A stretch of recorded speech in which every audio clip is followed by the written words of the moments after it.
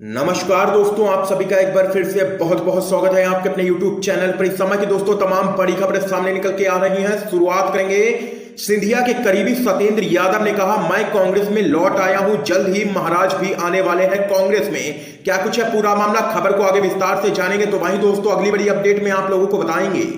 Supreme court के पूर्व जज मार्कंडे काटिटू ने कहा, विरोध दबाने के लिए मुसलमानों को बनाया जा रहा है बलि का बकरा। आगे जानेंगे खबर को विस्तार से। तो वहीं दोस्तों पत्रकार दीपक चौरसिया सुप्रीम कोर्ट के वकील और केंद्रीय मंत्री के सलाहकार हथिनी की मौत को सांप्रदायिक रंग देने पर चौतरफा घिरे। इसी प्रकार के दोस्तों तमाम बेहद बड़ी खबरें आगे विस्तार से इसी वीडियो में जानेंगे। लेकिन उससे पहले दोस्तों आप लोगों से एक छोटी सी रिक्वेस्ट है कि अगर आप लोग भी जबरदस्त तरीके से खुल करके गोदी मीडिया का विरोध करते हैं तो अभी इस वीडियो को लाइक करके लाल कलर के सब्सक्राइब बटन को दबा करके चैनल को फ्री में सब्सक्राइब करके घंटी जरूर दबाइए दोस्तों, और कमेंट बॉक्स में कमेंट जरूर कीजिए। जय हिंद। तो आइए दोस्तों आज की सभी बड़ी खबरें जान लेते हैं। भारत में बढ़ा कोरोना वायरस का कहर। कोरोना वायरस के बढ़ते मामलों के बीच स्पेन को पीछे छोड़ते हुए इस वायरस से सबसे ज्यादा प्रभावित देशों की सूची में भारत दुनिया में 5वें स्थान पर पहुंच गया है। भारत में संक्रमितों की संख्या 2,41,000 से ज्यादा हो चुकी है, तो वहीं मौत का आंकड़ा 6,500 को भी पार कर चुका है। तो यहां पर दोस्तों देख सकते हैं कि भारत में लगातार बढ़ता जा रहा है कोरोना वायरस का कहर। तो वहीं दोस्तों एक और बड़ी अपडेट आप लोगों को बताते चले। सिंधिया के करीबी सत्येंद्र यादव ने कहा, मैं कांग्रेस में लौट आया हूं और जल्द ही महाराज भी आने वाले हैं। आप लोगों को बताते चले, कांग्रेस सेवा दल के प्रदेश अध्यक्ष पद से इस्तीफा देकर सिंधिया के साथ भारतीय जनता पार्टी में शामिल होने वाले जबलपुर के नेता सत्येंद्र यादव वापस कांग्रेस में लौट आए हैं। पत्रकारों से बात करते हुए उन्होंने कहा है कि महाराज भी भारतीय जनता पार्टी में घुटन महसूस कर रहे हैं, जल्द ही कांग्रेस में वापस आ जाएंगे। सत्येंद्र यादव जबलपुर में पुराने कांग्रेसी नेताओं में गिने जाते हैं। प्रारंभ से ही सिंधिया के समर्थक रहे हैं। जब सिंधिया ने कांग्रेस पार्टी छोड़कर भारतीय जनता पार्टी ज्वाइन की तब सत्येंद्र यादव ने भी सेवा दल के प्रदेश अध्यक्ष के पद से इस्तीफा दे दिया था। प्रदेश कांग्रेस कमेटी में पत्रकारों से बात करते हुए सत्येंद्र यादव ने कहा है कि मैं कांग्रेस पार्टी में वापस आ गया हूं। सिंधिया भारतीय जनता पार्टी में घुटन महसूस कर रहे हैं। इन दिनों वह किसी से मुलाकात नहीं कर रहे हैं, जल्द ही वह अपनी कांग्रेस में वापस आ जाएंगे। ये यहाँ पर बड़ा दावा किया है एक सिंधिया के करीबी सत्येंद्र यादव ने, और उन्होंने बीजेपी छोड़ एक बार फिर से कांग्रेस पार्टी का दामन थाम लिया है और किया है बड़ा दावा कि सिंधिया भी जल्द ही कांग्रेस में होंगे शामिल। तो वहीं दोस्तों एक और बड़ी खबर आप लोगों को बताते चलें। सुप्रीम कोर्ट के पूर्व जज ने केंद्र की मोदी सरकार पर बोला जोरदार हमला। कहा, विरोध दबाने के लिए मुसलमानों को बनाया जा रहा है बलि का बकरा। हथिनी की मौत को भी दे दिया गया सांप्रदायिक रूप। केरल में एक गर्भवती हथिनी की मौत हो गई और उसके तुरंत बाद कुछ राजनेता इस मुद्दे को सांप्रदायिक रूप देने की कोशिश में कूद पड़े।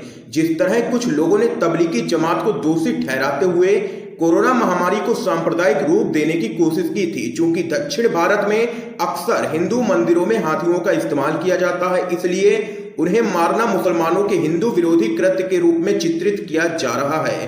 पूर्व केंद्रीय मंत्री और बीजेपी सांसद मेनका गांधी ने कई टीवी साक्षात्कारों में अप्रत्यक्ष रूप से मुसलमानों को दोषी ठहराया। उन्होंने कथित रूप से कहा कि मल्लपुरम, जो केरल में एकमात्र मुस्लिम बहुमत वाला जिला है, अपनी आपराधिक गतिविधियों विशेष रूप से जानवरों के प्रति के लिए जाना जाता है। और इस बयान को लेकर के मेनका गांधी पर एफआईआर भी दर्ज हुई है। लेकिन सच्चाई क्या है? सबसे पहले घटना पलक्कड़ जिले में हुई, ना कि मल्लपुरम में। दूसरे, यह इसलिए हुआ क्योंकि जंगली सुअर अक्सर कृषि फसलों को नष्ट कर देते हैं, इसलिए इन पटाखों का उपयोग केरल के कुछ हिस्सों में किसानों द्वारा ऐसे जंगली सुअरों को मारने के लिए किया जाता है। हाथी स्पष्ट रूप से गलती से मारा गया था, जानबूझकर नहीं। ऐसी अभी तक खबरें सामने निकल के आई हैं। इसके बावजूद कुछ लोग इस प्रकरण को सांप्रदायिक मोड़ देने की कोशिश कर रहे हैं। ऐसा करने का कारण स्पष्ट है। भारतीय अर्थव्यवस्था गहरी मंदी में है। कई उद्योगों ने या तो उत्पादन बंद कर दिया है या फिर उत्पादन में भारी कटौती की है, जिससे कि बेरोजगारी रिकॉर्ड स्तर पर दर्ज की गई है। कोरोना लॉकडाउन ने अर्थव्यवस्था को और गर्त में ढकेल दिया है और केंद्र सरकार को इस बारे में कोई जानकारी नहीं है कि आगे अब क्या करना है। इससे बड़े पैमाने पर सार्वजनिक विरोध और प्रदर्शनों का होना स्वाभाविक है और इनसे निपटने के लिए जैसा कि हिटलर ने यहूदियों को बलि का बकरा बनाया था जिसे सभी समस्याओं के लिए दोषी ठहराया जा सकता था, वैसे ही भारत में यह बलि का बकरा मुसलमान है। इसलिए भारत में मुसलमानों को हर बुराई के लिए दोषी ठहराया जा रहा है। लेकिन अब समय आ गया है जब भारतीय लोगों को सच्चाई को देखना चाहिए और उन तत्वों को बेनकाब करना चाहिए जो हमारे लोगों को राजनीतिक लाभ के लिए धार्मिक तर्ज पर विभाजित करने का प्रयास कर रहे हैं। भारत कई धर्मों, जातियों, भाषाई और जातीय समूह वाला बड़ी विविधताओं का देश है। हमारे लोगों में एकता और एक शक्तिशाली एकजुट लोगों का संघर्ष ही एकमात्र समृद्धि का मार्ग है। अपने निहित स्वार्थ के लिए नापाक तत्वों द्वारा उकसाकर धार्मिक और अन्य प्रकार की कलह आगे आने वाली आपदा का पक्का रास्ता है। ये यहाँ पर सुप्रीम कोर्ट के पूर्व जज मार्कंडेय काटजू ने तमाम बातें कही हैं और केंद्र की मोदी सरकार को लिया है निशाने पर और कहा है कि विरोध दबाने के लिए मुसलमानों को बनाया जाता है बलि का बकरा। दोस्तों, अगर आप लोग इन तमाम बातों से सहमत हैं तो अभी इस वीडियो को लाइक करके अपना समर्थन जरूर दर्ज करवाइए और कमेंट बॉक्स में अपनी राय जरूर बताइएगा इस खबर पे। तो वहीं दोस्तों एक और बड़ी अपडेट आप लोगों को बताते चलें। दीपक चौरसिया सुप्रीम कोर्ट के वकील और केंद्रीय मंत्री के सलाहकार हथिनी की मौत को सांप्रदायिक रंग देने पर चौतरफा घिरे, डिलीट करना पड़ा ट्वीट। आप लोगों को बताते चले, हाल ही में केरल में एक हथिनी की पटाखों से भरा अनानास खाने से दर्दनाक मौत का मामला काफी सुर्खियों में रहा।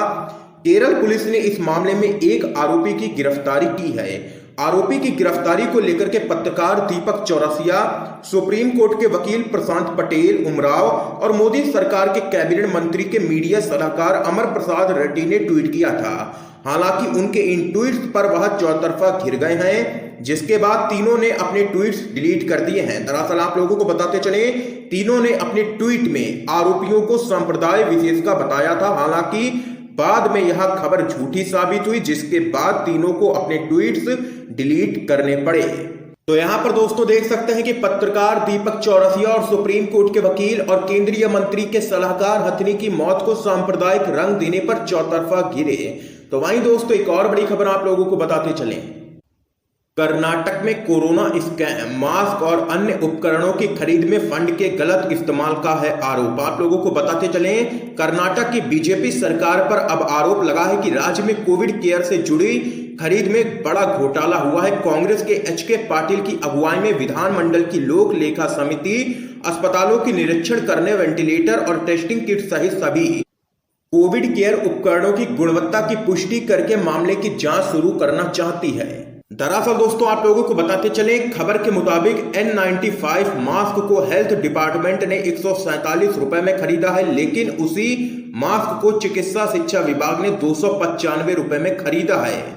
इसी तरह मल्टी पैरामीटर मॉनिटर जो एक विभाग के लिए 1.67 लाख रुपए में खरीदे गए, तो वहीं स्वास्थ्य विभाग के लिए 5.37 लाख रुपए की लागत आई।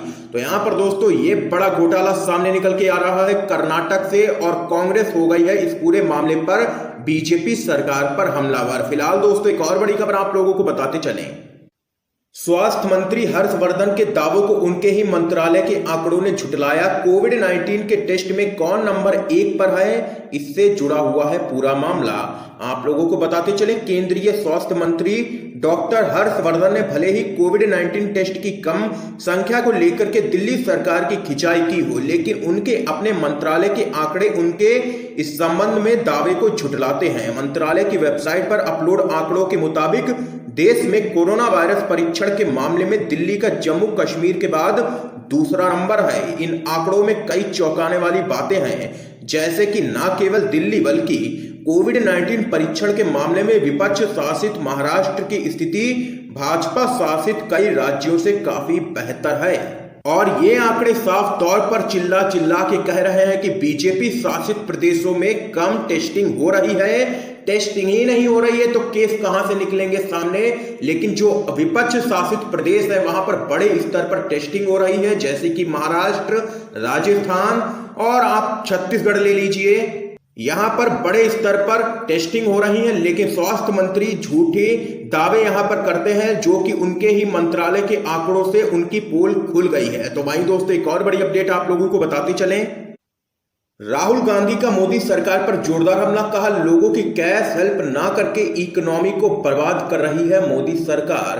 कांग्रेस की पूर्व अध्यक्ष राहुल गांधी ने आरोप लगाया है कि सरकार कोरोना वायरस के संकट के समय लोगों और सूक्ष्म लघु एवं मध्यम उद्योगों यानी कि एमएसएमई क्षेत्र की इकाइयों को नगद सहयोग नहीं देकर के अर्थव्यवस्था को बर्बाद कर रही है लगातार। उन्होंने यह भी दावा किया है कि सरकार का यह रुख नोटबंदी पार्ट 2 है। राहुल गांधी ने एक खबर को शेयर करते हुए ट्वीट किया, सरकार लोगों और एमएसएमई को नगद सहयोग देने से इनकार करके हमारी अर्थव्यवस्था को सक्रियता के साथ लगातार नष्ट कर रही है। यह नोटबंदी पार्ट 2 है। ये यहां पर दोस्तों देख सकते हैं कि राहुल गांधी हर मोर्चे पर केंद्र की मोदी सरकार को नाकाम बता रहे हैं और लगातार यही कह रहे हैं कि नरेंद्र मोदी सरकार ने पूरी तरीके से अर्थव्यवस्था को नष्ट करके रख दिया है। क्या आप लोग दोस्तों राहुल गांधी की तमाम बातों से सहमत हैं या नहीं? अपनी राय जरूर बताइएगा। तो वहीं दोस्तों एक और बड़ी खबर आप लोगों को बताते चलें। तेजस्वी यादव ने नीतीश सरकार पर बोला जोरदार हमला, पोस्टर लगाकर बोले मजदूर भाइयों को लुटेरा क्यों कहा। आप लोगों को बताते चलें, बिहार में ADG law and order Amit Kumar पर नेता प्रतिपक्ष तेजस्वी यादव का गुस्सा शांत होने का नाम नहीं ले रहा है। 29 मई को जारी पत्र को भले ही पुलिस मुख्यालय ने वापस ले लिया हो, लेकिन तेजस्वी यादव श्रमिकों के अपमान को बोलने को बिल्कुल भी तैयार नहीं है। उन्होंने मुख्यमंत्री नीतीश कुमार को सार्वजनिक रूप से मजदूरों से माफी मांगने की नसीहत दी थी, तो वहीं अब अचानक वह आरजेडी के दफ्तर पहुंचे और खुद पोस्टर लगाने के लिए सीढ़ी पर चढ़ गए। तेजस्वी यादव ने समर्थकों की मदद से आरजेडी कार्यालय में श्रमिकों के मुद्दे को लेकर के खुद पोस्टर लगाया है।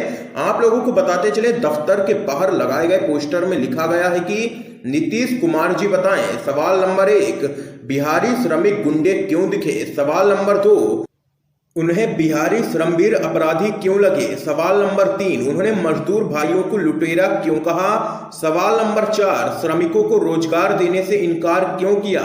सवाल नंबर 5, बेरोजगारों का अपमान क्यों किया? ये यहाँ पर तेजस्वी यादव ने जोरदार हमला बोला है बिहार के मुख्यमंत्री नीतीश कुमार पर।